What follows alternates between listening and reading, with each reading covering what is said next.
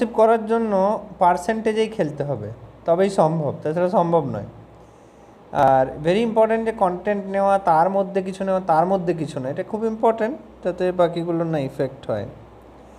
আচ্ছা, এইটা যে সাথে সাথে ওকে, এটার ফন্ট সাইজ VW দিয়ে দিয়েছি, VW অনুযায়ী চেঞ্জ হচ্ছে। হ্যাঁ, এটা বললাম পার্সেন্টেজ দিয়ে দেওয়াটা ইম্পর্ট্যান্ট। আর চাইলে এখানে মার্জিন দিয়ে ঠিক করবে ভাইপো, এই যে গ্যাপটা এসছে, এটা মার্জিন দিয়ে ঠিক করাটা বেটার হবে, ফালতু পার্সেন্টেজ দিয়ে অসুবিধা করিস না।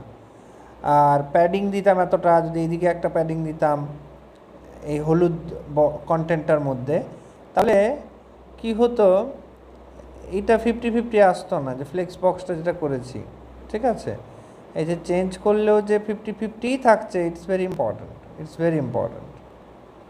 এখানে যে ম্যাক্স সুইচ রেখেছি 100% ইমেজটা হাইটটা অটো, এইটাই খেলাটা খেলছে আলটিমেটলি, এটাই প্রবলেমেট করতে পারে।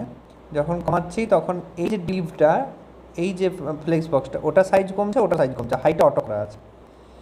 এখন এখানে ফন্টটা এমন আছে যে এই যে উপরের গ্যাপটা মনে হচ্ছে, এই গ্যাপটা ওই কারণে নয়, ওটা অটোমেটিক মামা, বাই ডিফল্ট, কিছু করার নেই, ওটা একদম উপরে ওঠাতে পারবি না।